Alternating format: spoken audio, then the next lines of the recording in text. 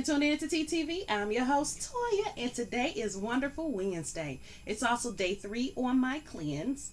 And so I'm recording this journey through this cleanse with you guys just so you get a better understanding and a better, like a first hand, this is what happens when you're on a cleanse.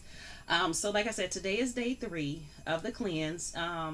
And I just want to note, yesterday I told you guys the right thing, but I didn't do the right thing. So I told y'all the 2 teaspoons of the Himalayan salt for the flush. Well, I forgot I was using half a teaspoon, so I only did 1 teaspoon, so the flush didn't work properly yesterday. And because of that, I'm a little bloated today because of all that water that I absorbed instead of releasing because I didn't have enough of the Himalayan salt in there. So please make sure you are watching your measurements and that you are using the 2 teaspoons of the Himalayan salt as well as the 1 to 2 teaspoons of the cayenne pepper. So make sure you get those ratios correct. The other thing is yesterday. So okay, I was going to do a live on Instagram about it yesterday, but it didn't work. Didn't work out, so I didn't do it. I might try again to post it today. So we'll see. I don't think it worked. Or was it the other day? Anyway, but yesterday was kind of difficult for me. I did wake up and I woke up wanting to eat. I wasn't hungry. It was just that desire to eat, that need, which is one of the things that I told you guys about. You will end up, when you do the master cleanse like this, you end up dealing with a lot of your psychological things, a lot of your habitual behaviors that you're not aware that you even do until this comes up. Like the first time I did the master cleanse, I didn't realize how much time I was spending with food. I was spending it in the morning cooking for breakfast for the kids and getting their lunches together, and then getting my lunch together in the afternoon sometimes, or going out to get it, or at night with dinner time. And then sometimes they would be like, oh, I just want something before I go to bed, and you have to fix them something to eat.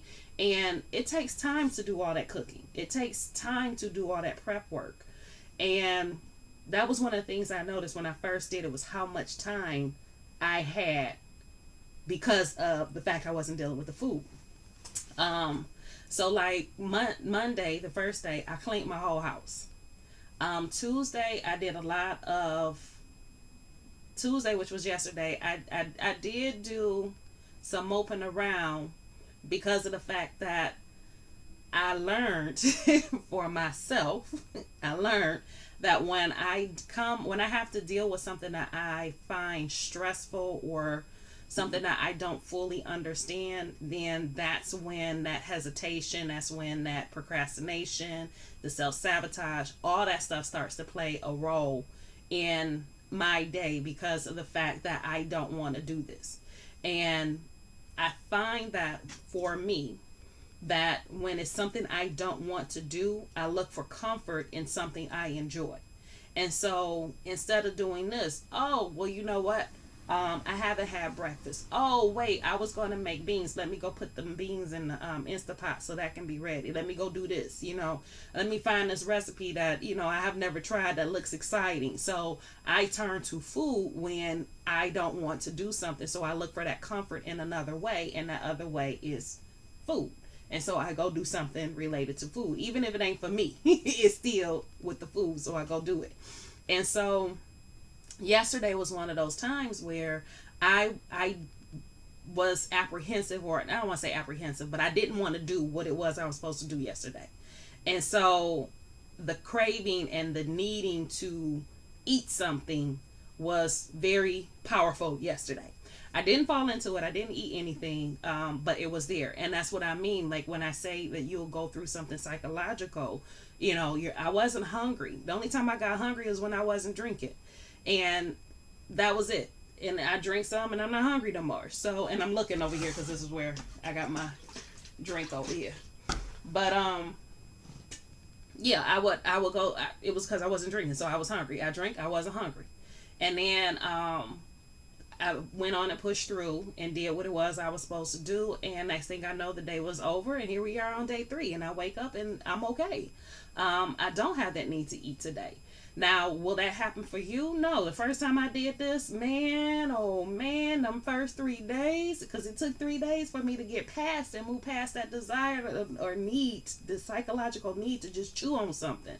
I remember when the class I was taking, this one lady said that her husband did the cleanse, and as long as he could eat one grape, all he needed was one grape. If he could eat that one grape every day at the cleansing, he was okay.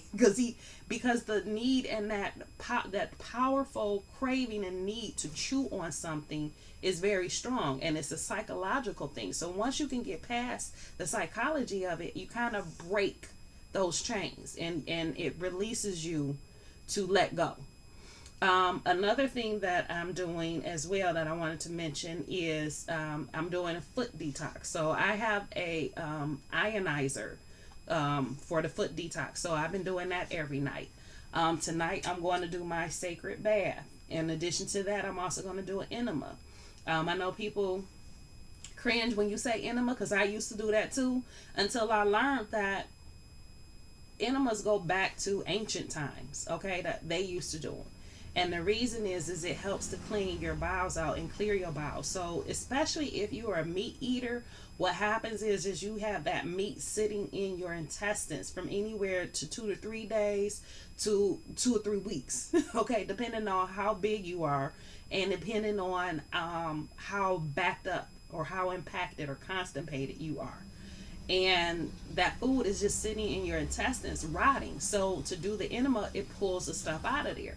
Like one of the young ladies told me that and I'm not gonna put her on blast, but she said that when she was a kid growing up, she's much older, but when she was not much older, she's like probably in her 60s somewhere. So when she was growing up, she said if you got a cough or a cold, or you look like you was about to come down with something, one of the first things they did was they gave you an enema, and that's it. Whatever it was that was bothering you was gone. Because a lot of the times, and this is why you hear me talk about the digestion all the time, and why you hear a lot of health professionals or in the holistic world talk about the health of your gut all the time, is because that's where everything starts. If nothing is moving in your bowels, that means it's sitting there and it's rotting. So just think about it. If you were to leave a piece of meat out on a warm day, a 98.6 day, you were to leave some meat out on the counter, cooked or raw, don't matter. What's going to happen to that meat? In a couple of hours, in a couple of days, in a couple of weeks, what's going to happen to that meat? It's going to sit there and rot, and it's going to release gases, and you're going to get, and what happens in the body is you get gassy, you get bloated, and you end up backed up, because you have all of this going on in you. Then you have the bacteria that's developing off of the rotten food. Like, it's all the stuff that's going on in the gut, and all roads lead to your gut. Okay. Like, everything goes to your gut. You have your stomach. Everything gets distributed from your stomach, from the little hairs. And what doesn't get distributed from your stomach gets distributed from your intestines. So everything, like, the whole human body is a machine. That is a well-organized, chaotic looking, but very organized machine. Okay, y'all, I really think somebody in my house now. So I was meditating. Let me change that. A spirit is in my house, because when I was in the back, I was meditating in my room, and I got a whiff of a fragrance that I haven't smelled before, and I thought, well, maybe it was entertained, but no, it was very distinct. It was very distinct. And now my dog, she's sitting there sniffing in the air. I'm in the front of the house now. She's sniffing in the air. So yeah, somebody's visiting me. And it could be my aunt that just passed. I don't know. But anyway, somebody's visiting me. But anyway, but yeah, so everything starts in the gut. There was a movie I watched, a documentary on Netflix that talked about the second brain. And what it talked about was the gut. So like when people say the gut feeling, I had this gut feeling, or, just felt it in my gut. That's your connection. That's your connection to your higher self. That's a connection to your spirit guides. That's a connection to basically the other side. And what they found was or what they talked about is that everybody thinks everything comes from your brain. Like all these directions and things come from your brain, when actuality it comes from your gut. Your gut moves up to your brain to tell your brain what to tell the rest of the body to do. And so that as actually your first brain is your gut, and this up here is your second, which was fascinating. But anyway, I don't want this one to be too long. It's already 10 minutes. But yeah, just some things that I was doing differently. Like I said, is I'm gonna do the enema tonight to help clean and just help everything really move, especially since I didn't do the flush right yesterday. So I really want to give my body help on getting the last bit out. So I'm gonna do an enema today. I'm gonna do my sacred bath today, which is a time where I put the herbs and the salts in the bath water, and I sit there and I clear my mind and commune with my ancestors or whatever spirit comes to me at that time. I commune with them, and I really look at and evaluate and reflect on the changes that I've made and the changes that I need to make and things that are just in my mind bothering me. The other thing is, like I said, I do the foot detox. So it's a foot ion machine that I use. So I might post some pictures on Facebook tonight about that, so y'all can get a look at that. But I'm gonna do that. Like I said, the bath, the enema, and that tonight. As far as how I've been feeling, like I said yesterday, I don't think I said this, but yesterday I did get a couple of bouts of dizziness, and like I said, that has to do with the toxins and the free radicals, all that stuff that gets released, especially when you're releasing fat. When you're releasing fat, the fat stores toxins and stuff inside of it. So when you release it, and that burns off, sort of say, it goes into your system, and so that's what your system is trying to flush out, which is why you do the flush. So because I didn't do the flush right yesterday, that's probably why I experienced a little slight dizziness here and there, or I wouldn't even say dizziness, it was more like lightheadedness throughout the day because of that. Outside of that, I do notice that I'm getting that lighter feeling. There really is no way of explaining that somebody would know that hasn't experienced it. The best I can relate it to is you don't know how good you can feel until you feel that good. So for example, like if I was to tell you about, you eat conventional strawberries, just the regular strawberries your whole life, and then somebody hands you a organic one that was grown in a garden. You sit back and you bite into that one that they got out they organic out of their garden. You're gonna bite into it and be like, oh my god, that's a strawberry. You didn't know those strawberries could taste that good until you had one. So you thinking that the conventional one is the best you can get. That's a strawberry. That's what it tastes like until you get one that is organic or organic and grown by somebody, and it's like, oh my god, this is a strawberry. So you don't know how well you're going to feel until you do it. that's basically the only way I can put it. But that feeling is coming back to me, and one of the things is that I think I am mentally ready now to maintain a plant-based lifestyle. For 98% of the time. And the reason I say 98% of the time, because if I go out, I probably will, well, I don't know if I probably will, but I might have some seafood. I might have seafood. But outside of that, I really don't want any of it, because I function better when I don't have it. Okay? I don't want to give you like all the statistics and what other people say and doctors and research and all of that. You can go look that up. But for me, I feel better. My shoulders hurt right now. That's getting better. That's improving. It's not bothering me like it was before I started this cleanse. I should say this is the stuff I was having before I started the cleanse. So my shoulders were hurting. My knee that I hurt when I was a kid has been bothering me. I've been gassy and bloated. Like I just haven't been feeling good. My back has been killing me a number of times. And when I go to the plant-based diet, when I remove the meat and the dairy and all of that, I feel so much better. I feel so much better. So because I am an animal nut, um, what I've been doing is, mm, what I've been doing is I started watching documentaries. So, like Forks Over Knives, what is it, Food Nation? I think it's called Food Nation, Diet, um, and The Fork. I think is the one I'm watching right now. And I remember watching that one before, and that one really hurt my soul. That one really hurt my heart because I am an animal nut. And one of the goals that I want, one of the things I want to do is end up with an animal sanctuary. And yeah, that one is the one I started watching just before I did this video, which is why I've been like I have, because I'm trying not to cry. But to really put perspective on what it is that I'm trying to do, not only for myself, but for the planet around me, for the other beings that live here. It really puts things in perspective. So I would even suggest, even if you have no intention on giving up meat, I would still suggest that you look at it, because the energy that goes into those animals and the energy that is feeding those animals and their experiences end up embedded in the meat. And because it's embedded in the meat and you ingest it, you are ingesting a lot of negativity, a lot of negative energy. And we are energy beings. And so we are made up of energy. So what kind of energy are you going to make yourself up of? So I choose to make myself up on positive, living energy instead of stuff that's dead. That's my choice.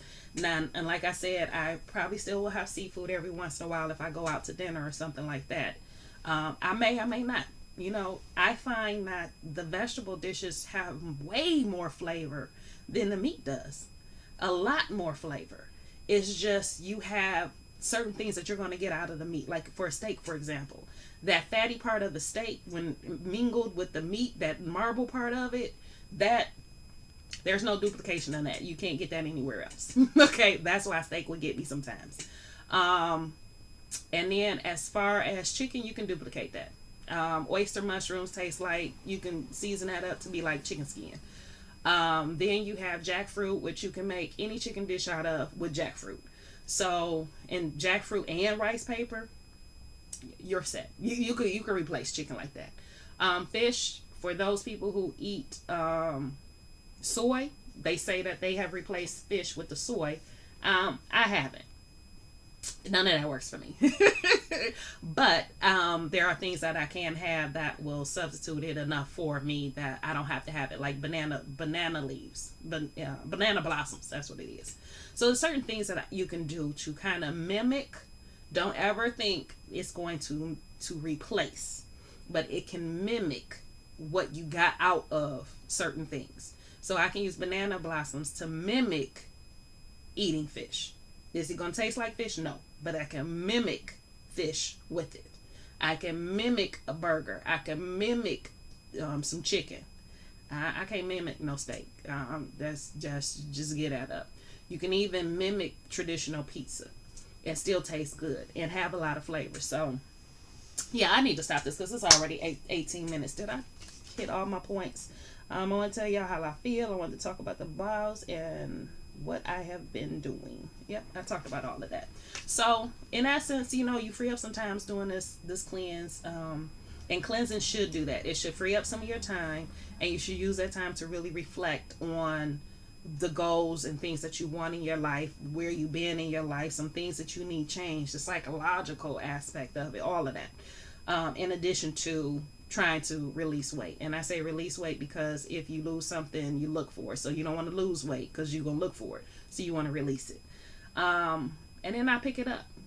So I think I'm going to leave it there because I still have to come back tomorrow. But yeah, so this was day 3. This is the day where your body really should start feeling different. If you haven't felt different or cleaner on day 1 or 2, by day 3, you should really start to feel your body differently. It should be you should feel lighter. You should feel I can't, like I said, it's hard to explain to somebody who hasn't done it, but you should start feeling like almost like a weight is lifting off of you, like a burden, like you feel cleaner. Okay. So that's day 3. And like I said, when you go into day 4 and 5, that's when you really start to feel it, when stuff really starts to cleanse. But I'll come back tomorrow and go through day 4 with you guys. So I love you, and I'll talk to you tomorrow.